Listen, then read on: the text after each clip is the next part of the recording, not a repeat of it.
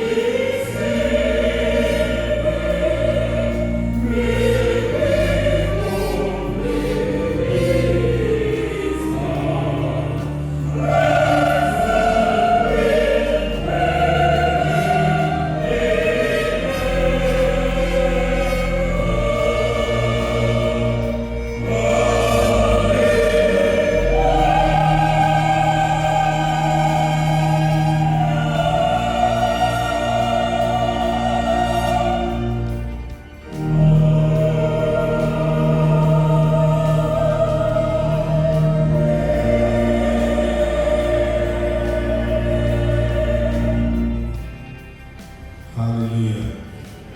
Good morning, everybody. Can we do the Lord all right? Can we stand for open prayer? The Bible says in Matthew 11 that let all who labor come to God first. But we all together to send our mom home. I'm going to take this 10 seconds of people out of say, Lord, in any area of my life where I need rest, please give me rest. In any area of my life where I have stress, please give me rest. In Jesus' name. Almighty God, we thank you for the opportunity of our life today. And celebrate our mom and to send her home. We are all have joy in our hearts. Not just for a life that the world sees, but for our own lives and the revelation of who you are.